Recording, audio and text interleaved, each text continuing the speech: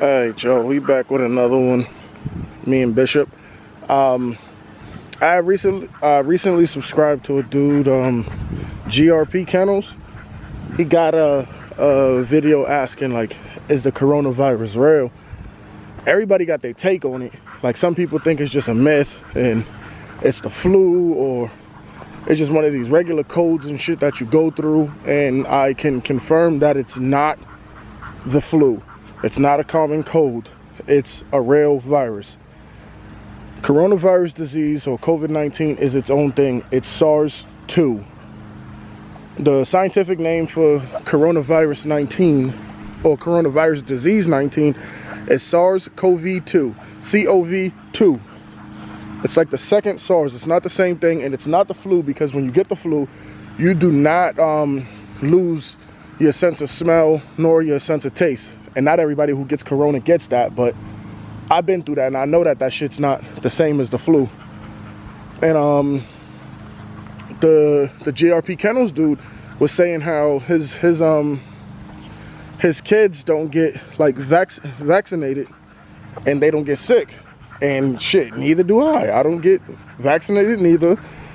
I haven't got the flu shot since I was a kid, other than I think 2 years ago when my job had everybody doing it, like not right before, but probably a year, I would say, before Corona had hit. Like, before it was even like being a thing in China. But fuck else. It's real. It's not the flu. And the whole wearing a mask thing, that isn't to protect you from it. It's to protect other people from you in case you got it. I don't want to go that way. There's a dude laying down with his dog over here by the fence, if you can see it. I don't want to look like a creep. Nah, come this way. Bishop, let's go. And what else? So yeah. As far as the mask, like, weakening your immune system, that does make sense, because you're not getting in a good quality or a good fucking percentage of oxygen, because it's filtering, because your mouth is covered. I just want to say that for that, because a lot of people they don't take it serious enough until they really get hit with the shit. Like, I took it pretty much, like, not all the way serious, but serious enough, I guess, because I work in a health center, and I know like how it was like going through people. Like, one of the people that I work with, a doctor actually, he almost like got taken out from the shit. He was in a coma for a little bit. They had to induce him just to save his life. And that's all I had to say about that. And then Sheba Carolina Pit Bulls, or Pitbull. I was watching one of his videos, and he was saying how people in the hood call their pits bulldogs, and then everybody else like call their dogs hounds and shit. Only a few people call their dogs hounds. Well, not a few. I want to say a lot of people call their dogs hounds, but the term bulldog didn't come from the hood. That came from actually the white dog men back in the days. They didn't give a fuck about what the dog looked like as long as it was a bulldog. That's all they would say. I didn't care about his color as long as he was a bulldog. I don't really want to go nowhere. It's hot as fuck out here. I didn't bring no water with him. I did not think it was this hot out here. I ain't even wet him. But fucking... And then Sheba had mentioned like the dog's ears. He says that's why you get the dogs with all these different types of looks, and the ears sticking up, looking like German Shepherds and shit. If you want to get technical, like, the floppy ear on any dog is what we bred the dog to look like. There's no animal there's no dog in the wild. Oh shit, there's a hawk up there. Oh, you can see it a little bit. But there's no dogs in the wild with floppy ears. The erect ear is the natural ear style of any canine. The floppy ear is what we bred them for. But as far as pit bulls go, that comes from the terrier blood, because we know bulldogs don't have that. For years they haven't had that. There was another hawk. But yeah, so when they was first creating the dogs that became the staff and the pit and all of those breeds, they was breeding bulldog with terrier. So you have the DNA inside the dogs to get this air style, and it's pretty common in the Boyles dogs. And I'm not saying they're more terrier than not. And if you want to look at like scientific shit, break it down for yourself, the air style for the floppy air is a recessive trait. Even though it's that common in dogs, that's the recessive trait. And then the erect style is the dominant trait.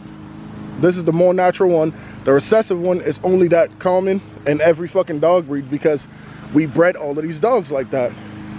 We inbred everything. And then them saying like all dogs aren't purebred, they're mutts because you had to mix dogs to get this breed. The dog was a mutt in the beginning until it became an established breed. That's how you make the breed, by mixing other dogs or other breeds.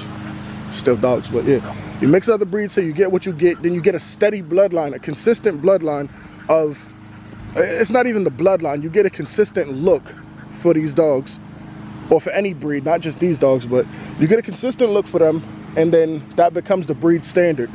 You can't get the breed for like, oh, well, this one's gonna be 90 pounds, and then my breed, well, my dog is 150 pounds, and then you get one that's 45 pounds.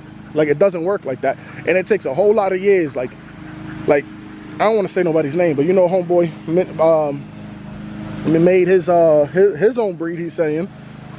And he said he got 4 generations. 4 generations doesn't make your own breed. 4 generations just allows you to get the paperwork to register your dog as something. That's it. That's just not even to register as it, just to register it as something. It's just a fucking a way to show that your dog has a family tree. Because like, say Bishop didn't have like a pedigree, I can breed him to his mother or to another dog, and then 4 generations later I can register those dogs as something because they have a family tree. And I'm not saying as something as its own, as a breed that already exists, but I mean as far as just getting paperwork for the dog, not register the dog as a breed. My fault. But other than that, yeah, I just been, you know, looking at everybody's videos, still seeing a bunch of petty shit going on. It's nice and corny. Everybody just need to cut that shit out. Like, ain't nobody really getting up and fighting. Ain't nobody's dogs doing nothing with each other. Ain't nobody around each other to even keep this shit up. It's looking stupid. And that's another reason why I don't really like getting in that shit. Like, I'm not in no community of, oh, well, the game dog people versus us. Like, that's not it. Like, you know what I'm saying? And then everybody's calling themselves a dog man. These people are not dog men. Like, I be hearing shit some of these dudes be saying, and I'm like, how the fuck do you call yourself a dog man and you don't know that? And a dog man isn't somebody who owns a fucking a game dog. There's dog men, that's where the term came from, don't get me wrong, but when you're really breeding these people like this, I said breeding these people, when you're really breeding these dogs, and I mean dogs in general, any breed, and this is what you do, like as a commitment, a passion, a hobby, like it's more than just one thing for you when you're breeding these dogs, you know what I'm saying? Those are dog men, the people who really like life and limb every day take care of these fucking dogs. Like, I'm not a dog man, I'm not at all, but I know a whole lot shit, like a whole bunch of shit more than what a lot of these so-called dogmen really do know. But I stick to myself and I do research, and not just this breed. I'm into like all animals. I used to have a YouTube channel that was dedicated to pythons. I had well, the most at one time I had 10 pythons, but I was like getting into breeding them and shit, and the only reason I deleted that channel is because like shit like this, everybody beefing with each other, and then you have like, I would ask people questions, and then like people who had bigger names than me, and they wouldn't really answer me. So I had my girl get on her fucking her phone and then ask these people the same questions, and then right off the bat she get the answer. I'm like, look at this petty shit. And then I was like, I was the one pushing the positivity. I even threw the shit in my name, and as soon as I did that, everybody started, oh, we need to be more positive, and everybody left me out. I'm like, damn, how they gonna steal my shit? And I'm the up and comer, and they were subscribed to me, but these were like big name people. Well, they bigger now, they was becoming big names. They had a few big name people following them, but now the shit's just like, it's, you know, it's corny. So that's just what it is now. But I guess that's it. I don't want to make this video too long. So any questions, leave that shit in the comments. I'll see y'all.